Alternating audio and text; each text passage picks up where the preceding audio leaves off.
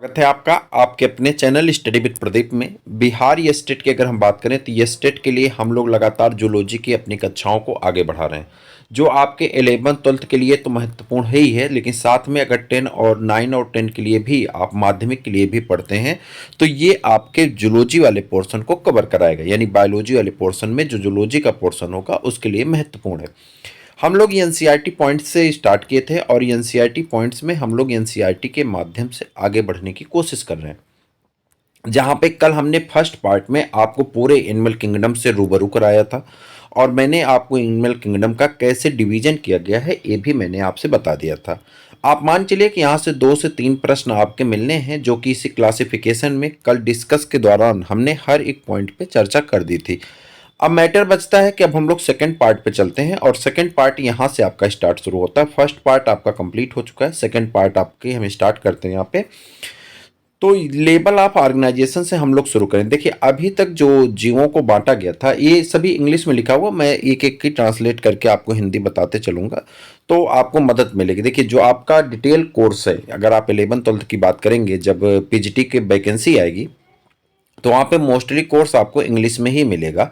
तो आप कोशिश करें, थोड़ा सा प्रयास करेंगे तो समझ जाएंगे। हालांकि हिंदी का भी पोर्शन लेकर के हम आपके बीच में आएंगे एनसीईआरटी का, लेकिन फिर भी इंग्लिश वाले से थोड़ी सी कोशिश करेंगे तो आपको अच्छा लगेगा, क्योंकि बाद में बहुत से कोर्स ऐसे हैं, बहुत से टॉपिक ऐसे जिसका हिंदी वर्जन अवेलेबल नहीं है, इंग्लिश में ही हमें उन्हें डिस्कस करना है। ठीक है, तो चलिए स्टार्ट करते हैं। पहला कह रहा द क्लासिफिकेशन, मैंने कल आपसे बताया था क्लासिफिकेशन के 3 फेज हैं। एक है नेचुरल क्लासिफिकेशन और मैंने आपसे प्रश्न भी पूछा था लेकिन आप में से किसी ने जवाब नहीं दिया है। फाइलोजेनेटिक क्लासिफिकेशन और तीसरा था आर्टिफिशियल क्लासिफिकेशन। इन तीनों के प्रश्न मैंने आपसे पूछा था कि नेचुरल सिस्टम ऑफ क्लासिफिकेशन किसने प्रोवाइड किया था, फाइलोजेनेटिक सिस्टम ऑफ क्लासिफिकेशन किसने प्रोवाइड किया था, और मैंने आपसे ये भी पूछा था कि आर्टिफिशियल सिस्टम ऑफ क्लासिफिकेशन किसने प्रोवाइड किया। यह प्रश्न आपको बताना है। और अभी देखिए जो प्रीवियस ईयर पेपर हुआ है, अभी अभी जो पेपर हुआ है आपका 15 या 16 तारीख में, इस पेपर में आपने दिसंबर के महीने में ही पेपर हुआ था, उस पेपर में आपको यहाँ से फाइलोजेनेटिक क्लासिफिकेशन से एक प्रश्न पूछा गया था। तो मैं उम्मीद करूंगा कि आप उसका आंसर जरूर देंगे। क्या रहा क्लासिफिकेशन, अगर हम वर्गीकरण की हेल्प की बात करें तो हमें सबसे पहले क्या चाहिए, आइडेंटिफिकेशन, यानी उसकी पहचान चाहिए। जब हम किसी का वर्गीकरण कर रहे होंगे तो उसकी पहचान होना जरूरी, बिना पहचान के वर्गीकृत कैसे करेंगे। और इतना ही नहीं, सिस्टमेटिक मैनर में चाहिए, उसकी सिस्टमेटिक पोजीशन हमें पता होनी चाहिए ताकि हम उसे जो है स्पीसीज लेवल तक क्या कर सके, डिस्क्राइब कर सके।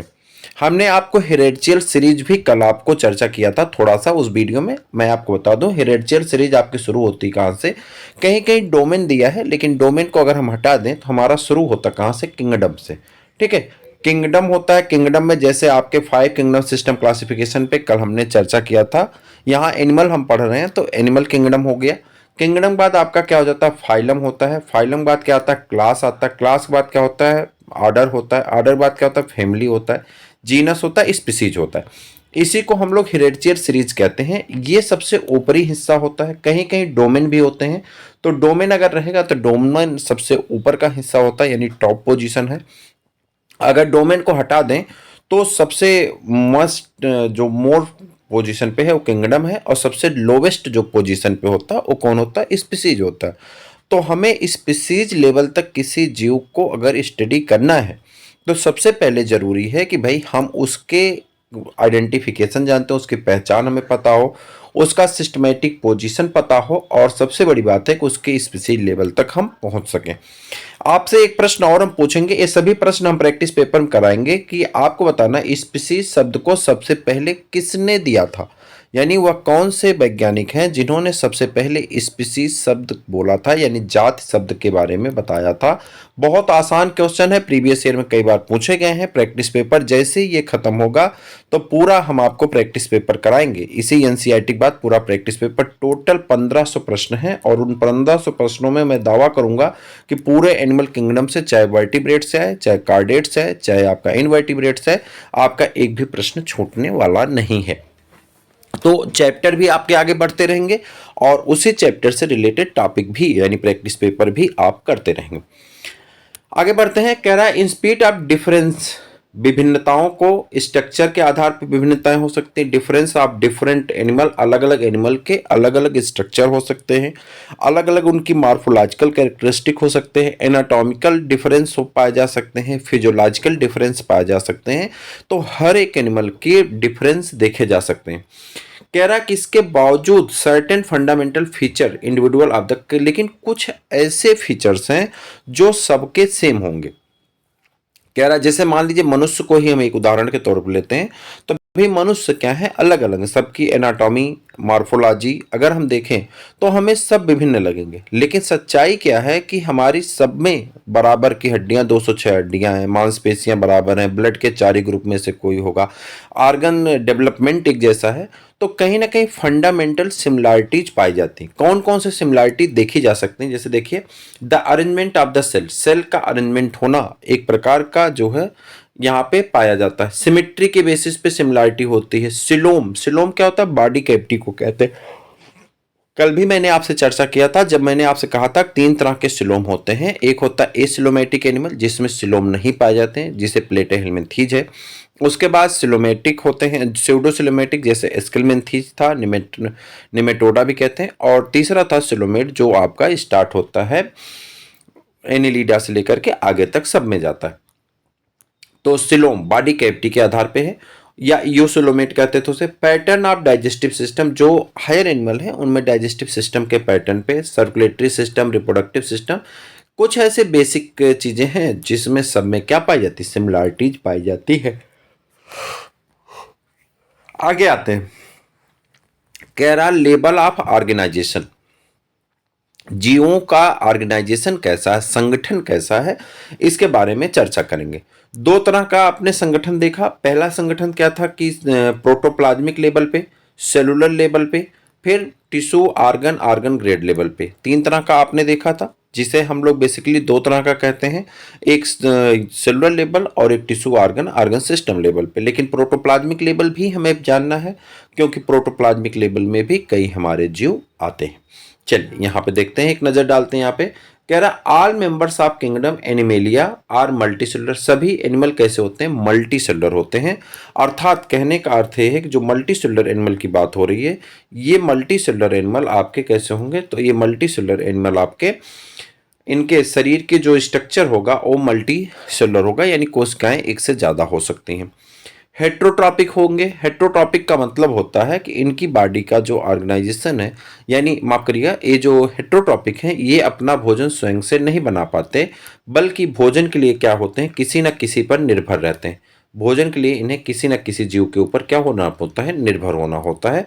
ये खुद से अपने भोजन का निर्माण नहीं कर पाते। इसी व्यवस्था को हम लोग क्या कहते हैं, हेट्रोट्रॉपिक कहते हैं, क्योंकि इनके पास क्लोरोफिल नहीं पाया जाता। प्लांट में क्लोरोफिल पाया जाता है तो प्लांट उसकी सहायता से भोजन निर्माण कर लेता है, लेकिन जंतुओं में भोजन निर्माण की प्रक्रिया नहीं होती, इसीलिए इसे विषमपोषी भी कहते हैं हिंदी में। यूकैरियोटिक, सभी यूकैरियोटिक होते हैं, चूंकि मैंने कल ही आपसे बताया था कि जितने जीव हैं, ज्यादातर जीव जो प्रोकैरियोट के हैं वो सभी प्रोकैरियोट को किंगडम मोनेरा में रखा गया है, और बाकी के 4 किंगडम यूकैरियोट को इंडिकेट करता है, जिसमें से एनिमल किंगडम भी क्या है, यूकैरियोटिक है। कह रहा all of them do not exhibit the same pattern of organisation of the cell. कह रहा सबके जीवन का निर्माण एक ही तरह के पैटर्न ऑफ सेल से नहीं होता है। The cell are their body are several types, इनके जीवों के शरीर में, जो एनिमल्स हैं उनके शरीर में अलग अलग प्रकार की कोशिकाएं पाई जा सकती हैं। इवन एक ह्यूमन बीइंग को ही ले लें, एक ही शरीर है, इसमें अनेक प्रकार की कोशिकाएं होती हैं। कुछ आपकी जैसे WBC है तो ये अमीबॉयड तरह का स्ट्रक्चर रखती है, ठीक, अमीबा जैसा है, शेप चेंज करती रहती है। कुछ जो है आपके नर्व सेल हैं, कुछ आपके ब्लड सेल हैं, सबके अलग अलग स्ट्रक्चर और फीचर हो सकते हैं। कह रहा these are organised into the many function unit progressively increasing the complexity. कह रहा है जब कार्य करने के लिए आते हैं तो ये अनेक प्रकार की जटिलताओं का निर्माण करते हैं।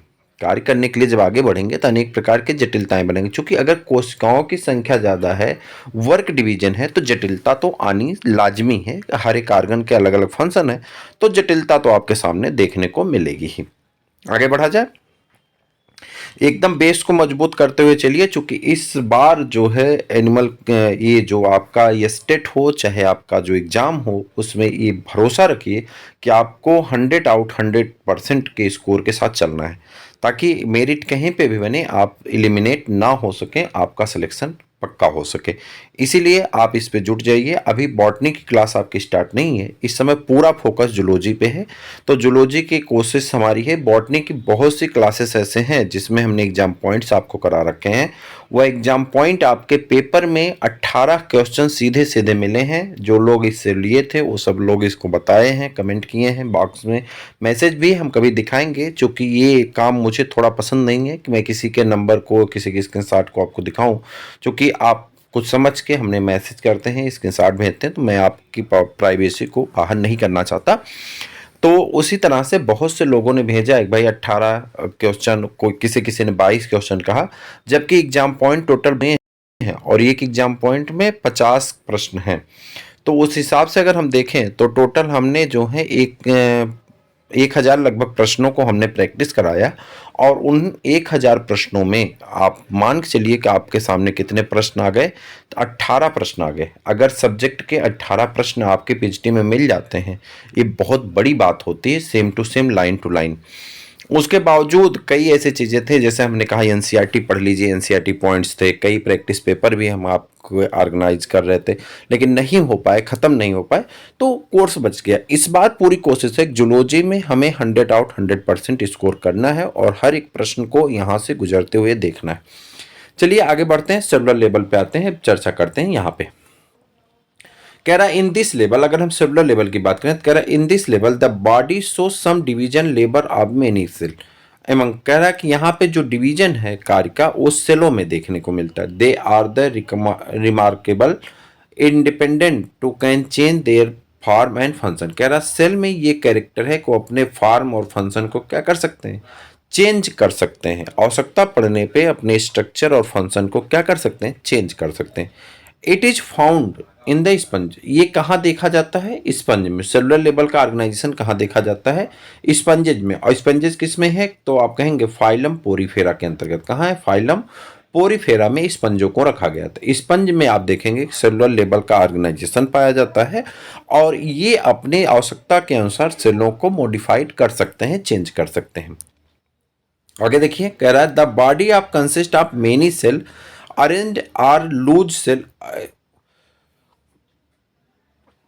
एग्रीगेट्स। बट कह रहा है कि यहाँ पे जो बॉडी का ऑर्गेनाइजेशन है लूज सेल के साथ है, ये टिश्यू नहीं बनाते हैं, बस सेल का ही अरेंजमेंट रह जाता है। The cell do not form tissue, ये सेल क्या करते हैं, टिश्यू का निर्माण नहीं करते हैं, सिर्फ मल्टी सेलुलर जीव रह जाता है। ईच सेल फंक्शनली एक्टिव, सभी सेल फंक्शन के रूप से एक्टिव होती हैं और स्वतंत्र रूप से काम करती हैं, बस साथ में रहती हैं। उदाहरण हाइड्रा। कह रहा है बहुत सी कोशिकाएं एक साथ रह करके एक जीव का निर्माण तो कर लेती हैं, परंतु वो क्या काम करती हैं, इंडिविजुअल वर्क करती हैं और अपना फंक्शन, स्पेशल फंक्शन अपने पास रखती हैं। इसी कंडीशन को हम लोग क्या कहते हैं, कहाँ देखा जाता है, स्पंज में और हाइड्रा में देखा जाता है। आगे आते हैं, टिश्यू लेवल का ऑर्गेनाइजेशन कहाँ पाया जाता है। टिश्यू लेवल का ऑर्गेनाइजेशन कह रहा है the cell perform the some functions are arranged into tissue. कह रहा है कुछ एक विशेष कार्य करने वाली कोशिकाएं, कुछ विशेष कार्य करने वाली कोशिकाएं आपस में जुड़ जाती हैं और जुड़ करके किसका निर्माण करती हैं, टिश्यू का निर्माण कर लेती हैं। हेंस इसीलिए is called tissue level of organisation, इसलिए इसे क्या कहते हैं, टिश्यू लेवल का ऑर्गेनाइजेशन कहा जाता है। और ये देखा कहाँ जाता है, फाइलम कोलेंट्रेटा में देखा जाता है। और फाइलम कोलेंट्रेटा के जो मेंबर होते हैं यहाँ पे टिश्यू का निर्माण होने लगता है। फाइलम कोलेंट्रेटा में टिश्यू का निर्माण होने लगता है। ठीक है, आगे बढ़ जाते हैं। अगला आपका organ level of organisation, organ के लेवल पे ऑर्गेनाइजेशन का बात करते हैं। तो यहाँ देखिए एक चीज यहाँ पे देखिए,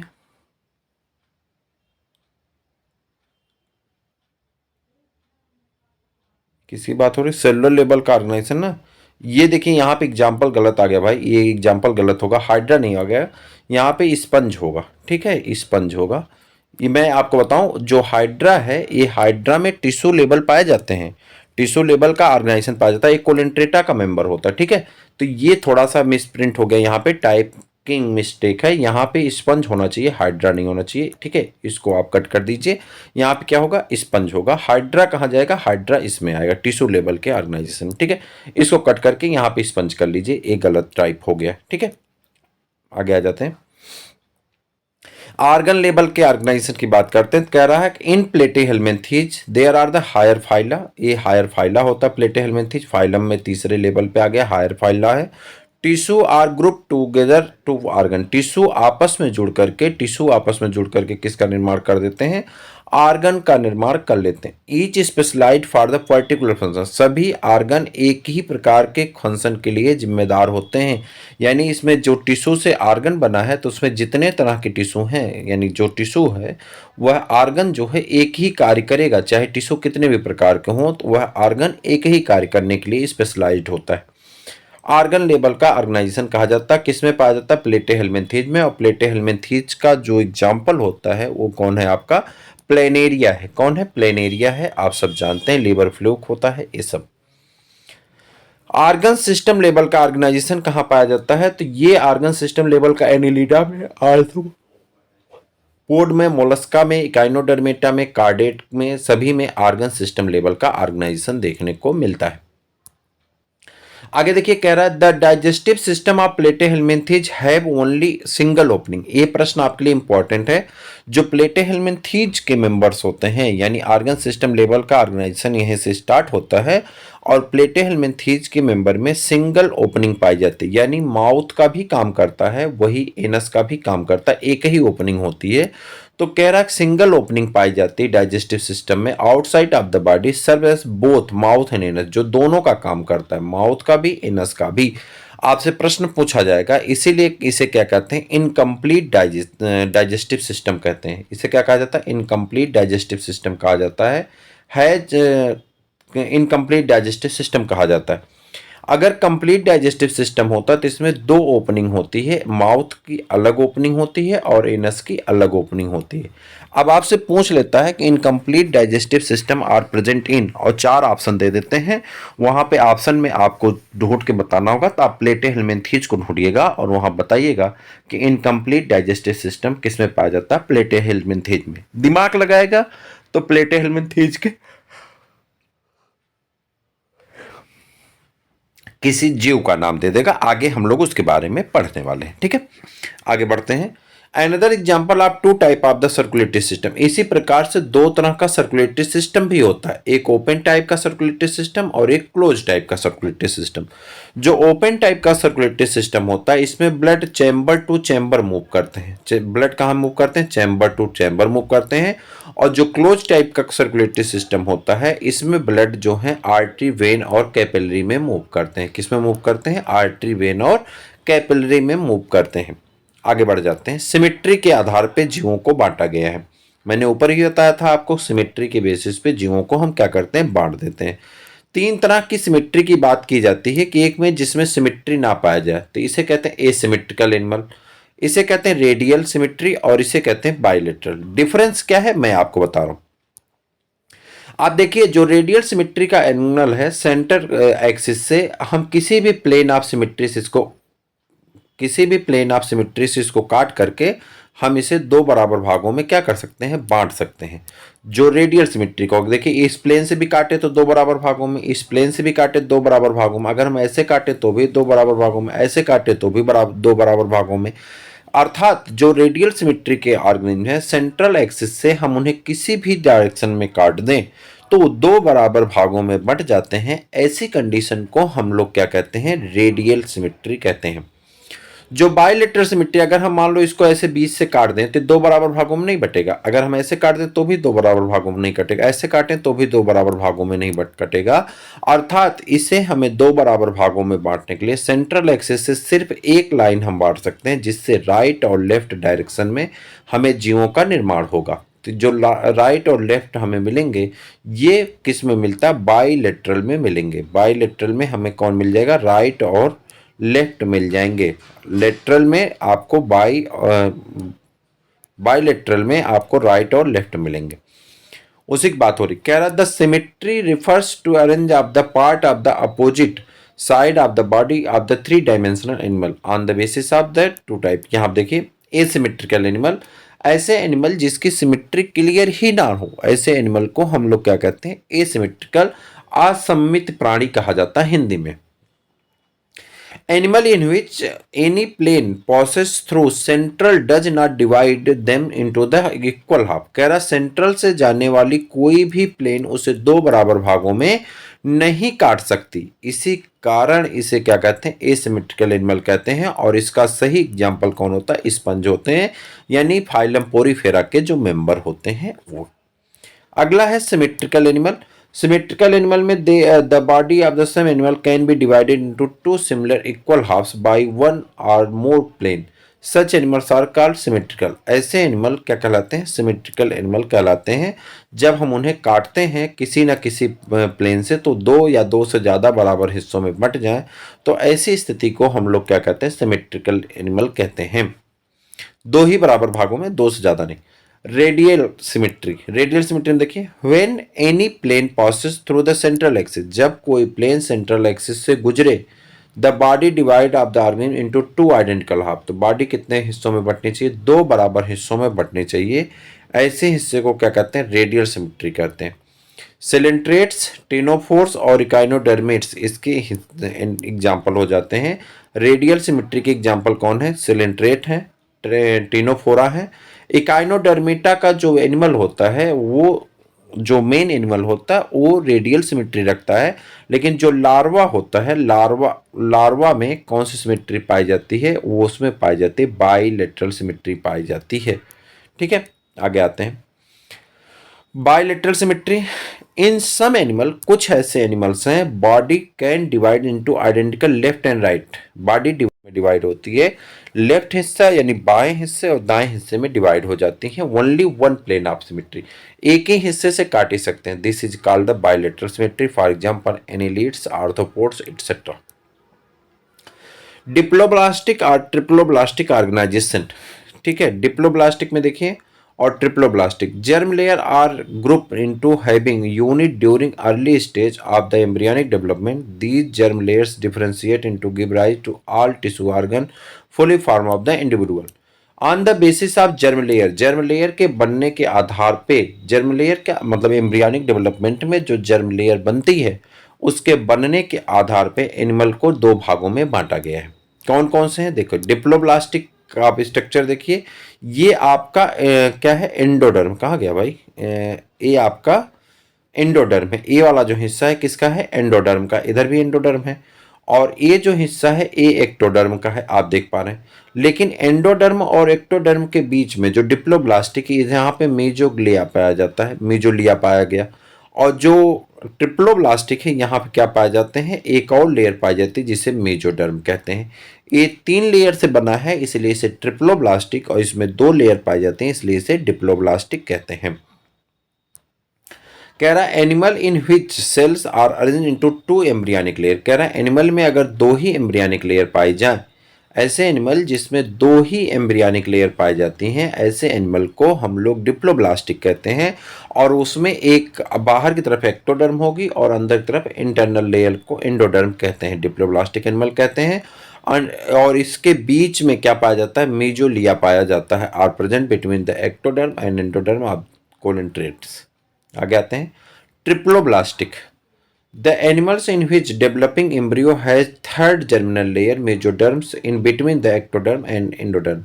कह रहा है कि जो ट्रिप्लोब्लास्टिक होते हैं, एक्टोडर्म और एंडोडर्म के बीच में एक लेयर और पाई जाती है जिसे हम लोग क्या कहते हैं, तीसरी लेयर कहते हैं, और नाम है मेजोडर्म। प्लेटेहेल्मिन्थीज टू फाइलम कार्डेटा, प्लेटेहेल्मिन्थीज से लेकर के कार्डेटा तक के मेंबर इसमें आ जाते हैं, किसके अंतर्गत, ट्रिप्लोब्लास्टिक के अंतर्गत आ जाते हैं। आगे बढ़ते हैं, ठीक। अब बात करते हैं सिलोम की। सिलोम क्या कहते हैं, इंग्लिश में इसे कहते हैं बॉडी कैविटी, बॉडी में पाए जाने वाले खाली स्थान। तीन तरह के एनिमल होते हैं, एसिलोमेटिक जिसमें सिलोम नहीं पाया जाता, ठीक है, स्यूडोसिलोमेटिक और जिसमें सिलोम तो होता नहीं लेकिन सिलोम जैसा प्रतीत होता है, और तीसरा होता है जिसे हम लोग कहते हैं सिलोमेटिक या यूसिलोमेटिक। यहाँ पे आपके स्ट्रक्चर दिखाए जा रहे हैं। ये देखिए एक्टोडर्म है, ये एक्टोडर्म की लेयर है, ये मेजोडर्म की लेयर है, ये एंडोडर्म की लेयर है और ये डाइजेस्टिव कैविटी है। लेकिन ये कैसे एसिलोमेटिक फ्लैट वार्म यानी प्लेटेलमेंथी। स्यूडोसिलोमेट लग तो रहा सिलोमेट है लेकिन सिडोमिलोट होता नहीं, इसलिए स्यूडोसिलोमेट। और यहाँ पे जो है ये देखिए सिलोम आपको दिखाई पड़ रहे हैं, तो इसे हम लोग क्या कह देते हैं, मतलब सिलोमेट कह देते हैं। The body cavity between the wall, body wall and gut wall, कह रहा बॉडी में कैविटी हो और किसके बीच में हो, शरीर की लेयर में और गट वॉल के लेयर में कैविटी हो, which is lined by the mesoderm is called coelom. अगर उस मेजोडर्म से लाइनिंग है तो उसी को क्या कहते हैं, सिलोम कहते हैं। द प्रेजेंस और absence of coelom is very important of classification. Coelom का पाया जाना या ना पाया जाना क्लासिफिकेशन के लिए बहुत महत्वपूर्ण होता है।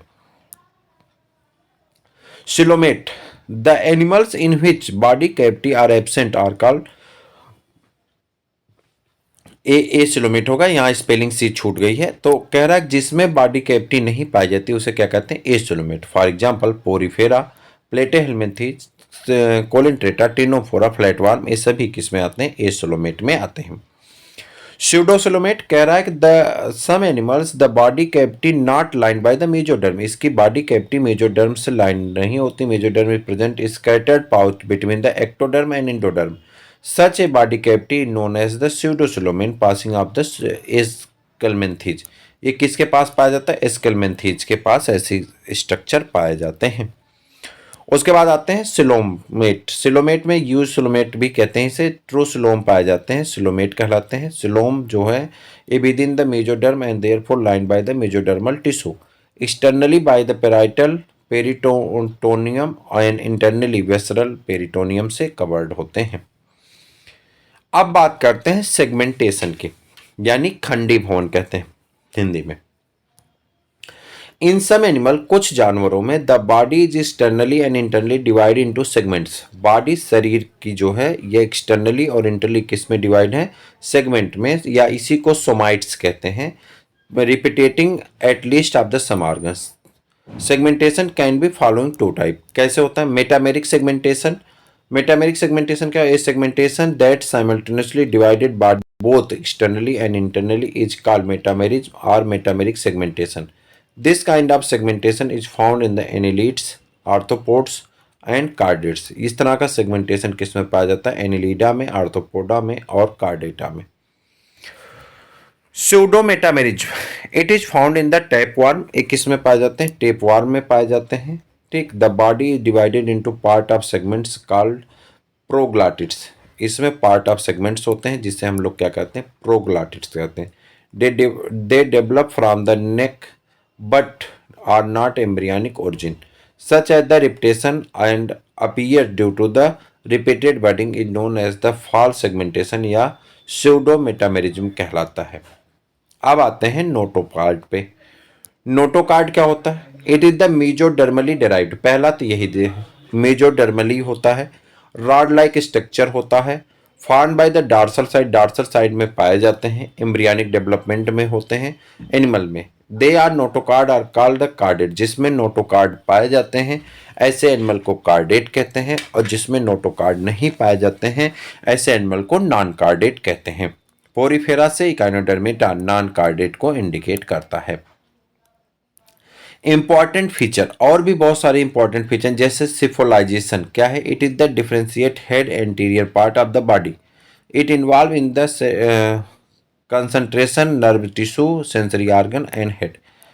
अपेंडेजेज, अपेंडेजेज क्या होते हैं, जैसे विंग्स हैं, फिन है, लिम्स हैं, टेंटिकल्स हैं, पैरापोडिया है, सीटी है, ये सभी क्या कहलाते हैं, अपेंडेजेज कहलाते हैं। उपांग कहते हैं जो शरीर में कार्य करने के लिए पाए जाते हैं, जैसे कि लोकोमोशन के लिए, गति करने के लिए, फूड को कैप्चर करने के लिए, सेंसेशन के लिए, तो उन्हें क्या कहते हैं हम लोग, उपांग कहते हैं। जैसे कि पंख हैं, फिन हैं, लिम्स हैं, टेंटिकल्स हैं, ये सभी। Digestive system, the digestive system of Platyhelminthes single opening. Platyhelminthes में डाइजेस्टिव सिस्टम में क्या होता है, सिंगल ओपनिंग होती है। यही कारण होता है कि इसे हम लोग क्या कहते हैं, इनकम्प्लीट डाइजेस्टिव सिस्टम। बाकी सब में क्या होते हैं, दो ओपनिंग पाई जाती है, एक माउथ की, एक एनस की, इसलिए उसे क्या कहते हैं, complete digestive system. Respiratory system. Respiration occur in the different way of the different animal. The tiny aquatic animal like amoeba, hydra respire through the body surface. कह रहा जो छोटे छोटे जीव होते हैं जैसे कि अमीबा है, हाइड्रा है, ये सभी रिस्पायरेशन किससे करते हैं? बॉडी के सरफेस से, और इसे क्या कहते हैं? सरफेस रिस्पायरेशन कहते हैं। लार्जर एक्वेटिक एनिमल जो बड़े जीव हैं वो जो हैं लेकिन जल में पाए जाते हैं वो गिल से रिस्पायरेशन करते हैं, जैसे कि प्राण है, झींगा मछली कहते हैं इसको, और फिश जितनी होती हैं वो सभी, या इसी को ब्रांचियल रिस्पायरेशन भी कहा जाता है, याद रखिएगा, ब्रांचियल या गिल रिस्पायरेशन। ठीक। द लैंड एनिमल जो जमीन पे पाए जाने वाले होते हैं रिस्पायर थ्रू द लंग्स, किससे सांस लेते हैं? लंग्स से सांस लेते हैं। This is called pulmonary respiration. It occurs in the frog, snails, lizards, birds and mammals, ये सब में पाए जाते हैं। इंसेक्ट है ट्रैकियल रिस्पायरेशन। इंसेक्ट में क्या पाया जाता है? ट्रैकियल रिस्पायरेशन पाया जाता है। They occurs through the trachea, they means by the interconnecting tube through the gases exchange. In animal like earthworm, leech, frog act as the skin at the respiratory surface, और इसलिए इसको क्या कहते हैं? Cutaneous respiration कहते हैं। Scorpions है book lungs and king crabs है book gills are the respiration for frog. In frogs gases exchange also occurs through the lining of the bucopharyngeal cavity, hence it is called bucopharyngeal respiration. Frog है three mode of respiration, cutaneous यानी skin के द्वारा, buccopharyngeal यानी बकोफेरिंग्स के द्वारा, and pulmonary यानी lungs के द्वारा रिस्पायरेशन करते हैं। अगली टॉपिक सर्कुलेटरी सिस्टम। देखिए मैंने आपसे स्टार्टिंग में कहा था कि हर एक चीज को हम कवर करा देंगे, बस आपको रिवीजन करने की आवश्यकता है। सर्कुलेटरी सिस्टम देखिए, the circulatory system responsible for the transport of material from the body fluid and vessel. कह रहा बॉडी फ्लूइड और वेसल्स के माध्यम से जो है न्यूट्रिएंट का यहाँ पे ट्रांसपोर्टेशन होता है। The circulatory systems is closed when blood flow with in the blood vessels, the blood flow space and sinus within the proper boundaries. The circulatory system is one opening. In insects such as the prawn and pila, blood are colorless and contain hemocyanin यानी copper containing pigments, while the vertebrates contain hemoglobin, iron containing pigments. तो ये important topic यहाँ से note करने वाली। आगे आइए। Excretory system. Excretory system is involve in the removal of nitrogenous waste. कह रहा है स्क्रिटरी सिस्टम में कौन इन्वॉल्व होता है? जहां से नाइट्रोजनस वेस्ट रिमूव किए जाते हैं body organ with the excretory organs. It occurs in the different way. पहला, the excretory organs are absent in those organs where organisation level is below tissue level. जहाँ पे टिश्यू लेवल से नीचे के जीव हैं वहाँ पे स्क्रिटरी ऑर्गन जो है नहीं पाए जाते हैं। Hence individual take part of the excretion. The animals like sponges all cell contained with the water excretions occur by the general body surface. Invertebrate kidney are the excretory organ. Vertebrate में kidney excretory organ का काम करता है।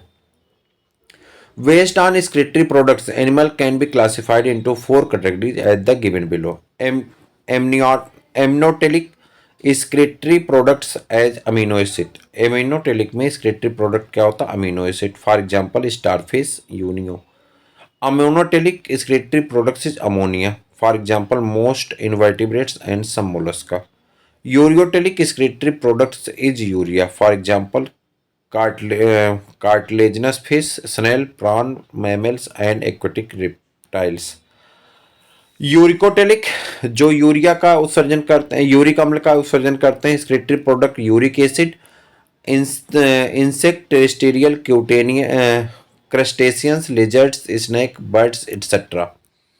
Nervous system. The nervous system is the aggregate of the nerve cell and neurons that help in the coordinating and controlling of various activities of the body. आगे आ जाते हैं endocrine system. The endocrine glands, जो endocrine glands होती हैं, एक minute इधर आ जाओ भाई। The endocrine glands have ductless gland, these secrete hormone. ये किसका सिक्रेशन करते हैं? हार्मोन का सिक्रेशन करते हैं। Endocrine glands occurs in all vertebrates. Endocrine glands सभी वर्टिब्रेट्स में पाए जाते हैं और कुछ इनवर्टिब्रेट्स में भी पाए जाते हैं। Sensory system. This system consist of a specialised cell tissue organ which are the pick up of the stimulus and transmit same of the nervous system.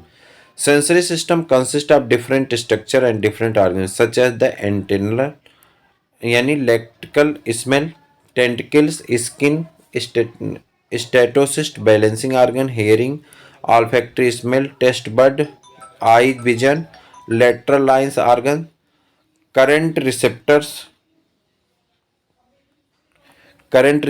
Et cetera, ये सभी ऑर्गन्स यहाँ पे पाए जाते हैं।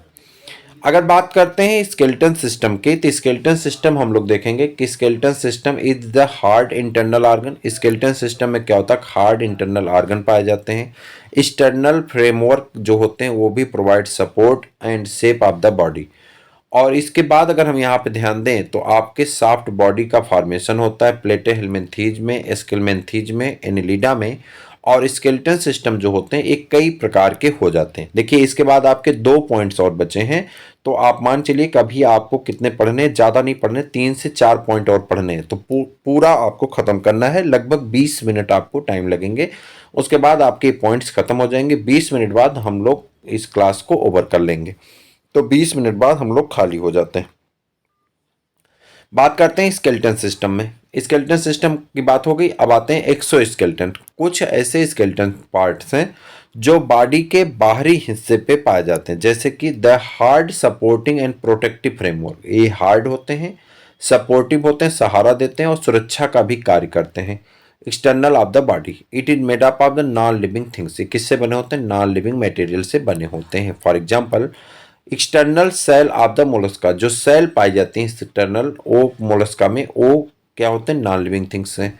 Cuticle of the Arthropoda, scales of the fish, reptiles, feathers of the birds, hair, hoof, nails, horn and claw of the mammals, ये सभी किसके बने होते हैं, ये सभी जो हैं एक्सटर्नल ऑर्गन में, एक्सटर्नल स्केलेटन में आते हैं। और ये सभी क्या होते हैं, नॉन लिविंग थिंग से बने होते हैं। Endoskeleton, it is the hard supporting framework present in the interior part of the body. The invertebrates such as sponge, it is made up of the calcareous and the siliceous spicules. In vertebrates, it is composed of the hard living tissue called cartilage and bones. Endoskeleton supports whole body organism. Nerve systems was first evolve in the Cnidaria. सबसे पहले nerve cell किस में पाए जाते हैं, Cnidaria में। Ascaris and earthworm और both एमनोटेलिक and uricotelic, दोनों जैसा व्यवहार करता है। अब बात करते हैं रिप्रोडक्शन की। रिप्रोडक्शन 2 तरह का होता है, सेक्सुअल और एसेक्सुअल। एसेक्सुअल रिप्रोडक्शन की बात करें, this kind of reproduction does not involve fusion of gamete the found in the lower sponge में, सिलेंट्रेट्स में, एनिलिडा में, प्लेटेहेल्मिन्थीज में। The common method of budding, fission, fragmentation and regeneration. Sexual reproduction में male और female gamete का fission होता है। Male gamete motile होता है, फीमेल गैमीट नॉन मोटाइल होते हैं, और ये सब क्या बनाते हैं, फर्टिलाइजेशन करते हैं। Fertilization, external fertilization. Animals such as the many invertebrates, some marine fishes, most amphibians shed both of the sperm into the water where fertilization and development occurs. Internal fertilization. In land animals and some aquatic animals, the sperm are introduced by the female into the reproductive tracts of female during the copulation. This is called internal fertilisation. कह रहा है कि एक fertilisation में male और female दोनों अपने sperm और ओवा को पानी में छोड़ देते हैं, वहाँ पे वो दोनों आपस में मिलकर फर्टिलाइजेशन करते हैं, एक्सटर्नल कहलाता है। और यहाँ पे स्पर्म को फीमेल के रिप्रोडक्टिव ट्रैक्ट में छोड़ा जाता है, इसे हम लोग क्या कहते हैं, इंटरनल कहते हैं। अब हमें एक एक फाइलम के कैरेक्टरिस्टिक फीचर को पढ़ना है, तो ये सेकंड पार्ट आपका कंप्लीट होता है। अब आपके पास बच्चा है कि एक एक फाइलम का कैरेक्टरिस्टिक फीचर, जिसमें हम लोग 2 वीडियो या 3 वीडियो करेंगे, 3 वीडियो लग जाएगा। 2 वीडियो में इनवर्टिब्रेट, एक वीडियो में पूरा वर्टिब्रेट करेंगे, तो इस पूरा कार्डेटा करेंगे। तो इस प्रकार से टोटल आपके 3 वीडियो भी और होंगे, ये कंप्लीट हो जाएगा। फिर आपका शुरू रहेगा क्या, प्रैक्टिस पेपर, और हम लोग अगला चैप्टर पढ़ना स्टार्ट कर देंगे, जिसका नाम है क्लास 11th का ही स्ट्रक्चरल ऑर्गेनाइजेशन ऑफ एनिमल। फिर उसके बाद क्लास 11th का ही पढ़ेंगे एनाटॉमिकल स्ट्रक्चर ऑफ एनिमल। उसके बाद फिर पढ़ेंगे वो क्या नाम है, फिर जो आपका है, नाम बताइए उसका, जल्दी बोलिए, क्या नाम है भाई, जो फिजियोलॉजी है, फिजियोलॉजी वाली पूरी यूनिट पढ़ेंगे एनिमल की। फिर उसके बाद आ जाएंगे क्लास ट्वेल्थ में। क्लास ट्वेल्थ का पूरा पढ़ लेंगे और ए पूरी एनसीईआरटी खत्म हो जाएगी। टारगेट है कि 10 जनवरी तक पूरी एनसीईआरटी खत्म करेंगे। 10 जनवरी के बाद हम लोग स्टार्ट करेंगे किसको, 10 जनवरी तक नहीं, 15 जनवरी तक। और 15 जनवरी के बाद हम लोग फिर से स्टार्ट करेंगे किसको, टॉपिक वाइज क्लास को करना। और इधर प्रैक्टिस पेपर इसका एनसीईआरटी का चलता रहेगा, टॉपिक वाइज क्लास करते रहेंगे, उसके प्रैक्टिस पेपर करते रहेंगे जैसे ही एग्जाम आ जाएगा, ताकि हम स्कोर को बेहतर कर सकें। तो फिर मिलते हैं किसी और वीडियो में, तब तक के लिए इजाजत दीजिए। जय हिंद।